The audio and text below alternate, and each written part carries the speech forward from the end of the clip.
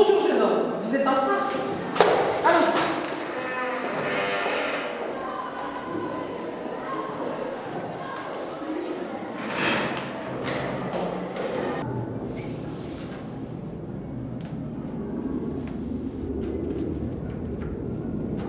Alors, vous allez travailler sur cette œuvre-là qui a été tirée au sort pour vous. Allez vous installer pour préparer.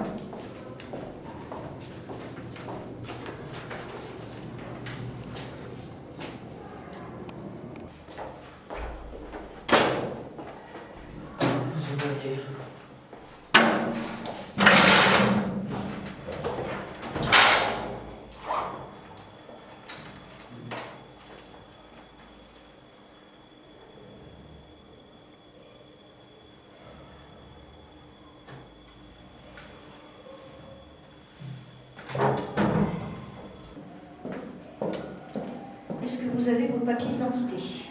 Ouais. Alors, exceptionnellement, on va vérifier votre carnet, mais vous savez que pour tout examen, vous devez présenter une pièce d'identité. Ouais. Vous avez votre carnet?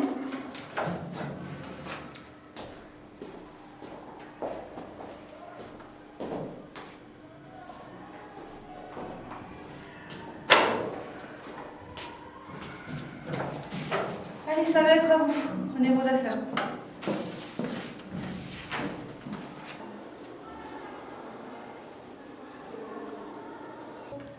Bien, nous vous écoutons. Édouard Joubert, il est né en 1801. C'est son cousin qui a peint l'œuvre en hommage de celui qui a peint la peinture. Il a utilisé des couleurs joyeuses. Vraiment? Et pouvez-vous me dire quel est le lieu représenté sur cette œuvre? L'Antarctique. Et quelle est cette explosion alors? Elle a eu lieu pendant la Deuxième Guerre mondiale.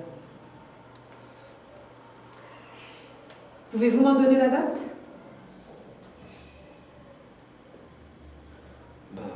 1700. 1701? Vous m'avez dit tout à l'heure que l'auteur est né en 1801. Il Ouais. est donc né après avoir fait son tableau. Exactement. Pouvez-vous me dire dans quel musée est exposée cette œuvre? J'en sais rien. Bon, écoutez, vous savez tout de même que ceci est une photographie qui dénonce la catastrophe du World Trade Center. Qui a pris cette photo et comment l'a-t-il prise?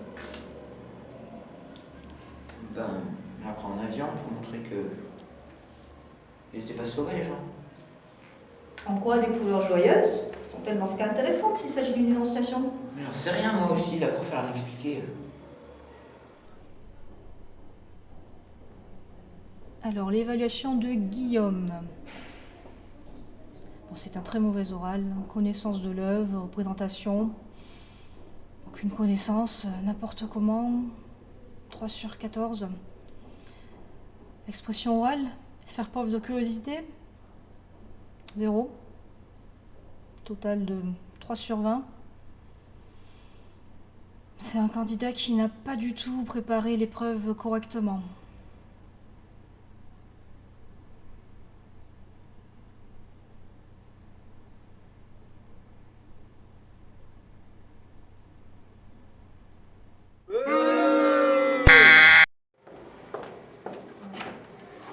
Bonjour.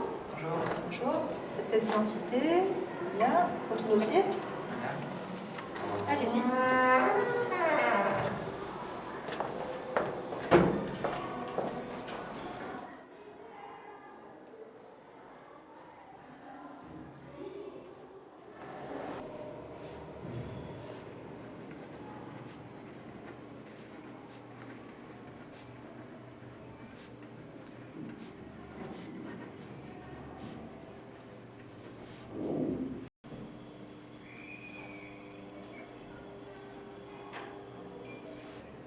Nous vous écoutons.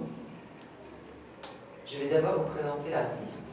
Édouard Joubert, né en 1963 à Villers, en France. Il est parti s'installer aux États-Unis pour ses études. Passionné par la photographie, il est devenu un célèbre artiste photographe. Oui, c'est ça. En ce qui concerne l'œuvre, elle est intitulée Les Tours jumelles. Elle est exposée au musée des arts modernes de Bilek. Son thème est celui de l'attaque du World Trade Center qui a eu lieu le 11 septembre 2001. Il a voulu rendre hommage à son cousin, décédé à l'âge de 22 ans lors de cet attentat. C'est très juste. Pouvez-vous à présent décrire cette œuvre? Oui, justement, c'est ma deuxième partie. Pour décrire cette œuvre, il faut d'abord parler de ses lignes directrices. En effet, on constate que l'œuvre est essentiellement constituée de lignes verticales et horizontales qui délimitent leur tour. Leur caractère rectiligne et immobile leur donne une impression de force, de résistance, de puissance. Elle semble à première vue indestructible. Puis les lignes directrices de la photo rencontrent une opposition car on remarque tout de suite la présence centrale des nuages apparus après l'explosion. Leur forme moutonneuse très arrondie est en complète contradiction avec les lignes droites des immeubles, ce qui fait immédiatement intervenir l'incohérence car ce sont des nuages si fragiles qui en fait représentent la cause de la disparition des immeubles qui semblent quant à eux indestructibles. Ces nuages créent d'ailleurs des lignes de fuite dans la photo et donnent l'impression de perspective. On croit que les nuages avancent vers nous, comme si le photographe voulait nous montrer que cette catastrophe allait se répandre dans le monde entier.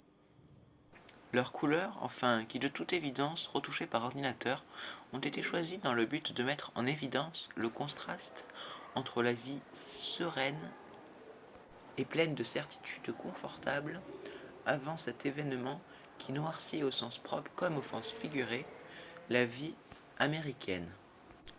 Cette vie, qui en fait n'était qu'illusion, comme la couleur est ici une illusion créée par ordinateur. Pour conclure sur cette description, je dirais que le photographe n'a pas vraiment choisi son angle de vue, puisqu'il a saisi sur le vif un événement dont il voulait pouvoir témoigner, mais il se trouve que le point de vue du photographe est en fait une œuvre plus symbolique qu'historique. En effet, il ne cherche pas à montrer des victimes, il n'a même aucun être humain dans cette photographie. Il cherche surtout à illustrer l'opposition entre le passé glorieux de New York et cette sinistre tragédie qui est venue fausser leur avenir prometteur.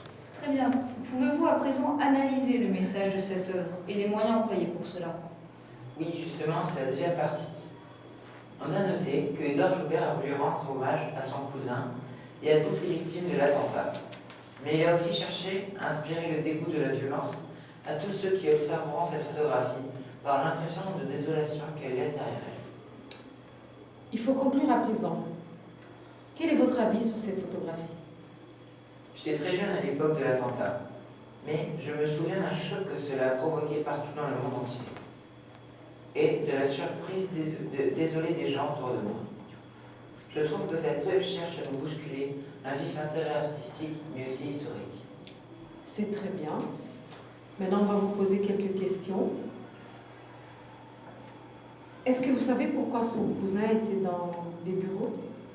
Oui, parce qu'il travaillait là. Quelles sont les autres œuvres que vous aviez choisi de nous présenter? Chantant sous la pluie, parce que j'aime bien le cinéma. Alors, l'évaluation de Guillaume. C'était un très bon oral. Donc, connaissance de l'œuvre, représentation, 10 sur 14. Très bien. Et l'expression orale, la curiosité, 6 sur 6. Total de 16 sur 20.